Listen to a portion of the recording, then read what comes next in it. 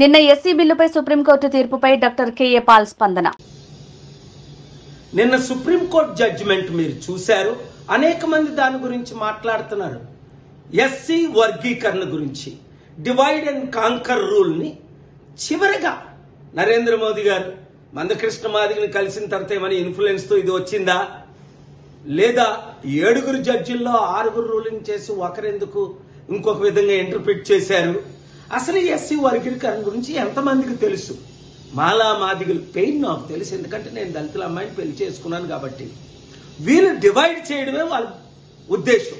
చంద్రబాబు నాయుడు గారు 94లో సంవత్సరం ముఖ్యమంత్రి కాకముందు మాల మాదిగల ఓట్లు ఎక్కువ కాంగ్రెస్ పడుతున్నాయని, మాదిగల్ని డివైడ్ చేస్తే మనకు ఓట్లు పడతాయని అక్కడ ఆయన, తెలంగాణలో నరేంద్ర మోదీ గారు ముఖ్య ఉద్దేశం మీ అందరికీ తెలిసింది. అసలు జాబ్స్ ఇచ్చినయే తక్కువ. ఎక్కడున్నాయి? 1000 మంది అప్లై చేస్తే ఒక్క జాబ్ ఉంది, 990 మంది నిరుద్యోగులు ఉన్నారు. అలాంటిది ఈక్వల్ గా జాబ్స్ ఉంటేనే కదా ఇవ్వడానికి.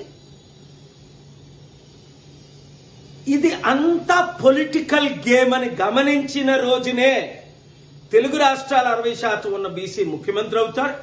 16% ఉన్న దళితులు, మైనారిటీస్, క్రిస్టియన్ ముస్లిం అందరం కలిస్తేనే ఈ అవినీతి పాలన, కుల పాలన, కుటుంబ పాలన ఇట్లా మాట్లాడుతుంటే కొన్ని ఛానళ్ళు వేస్తున్నారు, కొందరు ఇట్లేదు. వేసిన వారందరినీ దేవుడు దీవించి కాక మీరు మాత్రం ప్రతి ఒక్కరూ మనోనేత్రాలు తెరిచి అప్పులు చేసి దోచుకున్న ఈ రాజకీయ నాయకులకి మరల మద్దతు ఇస్తారా?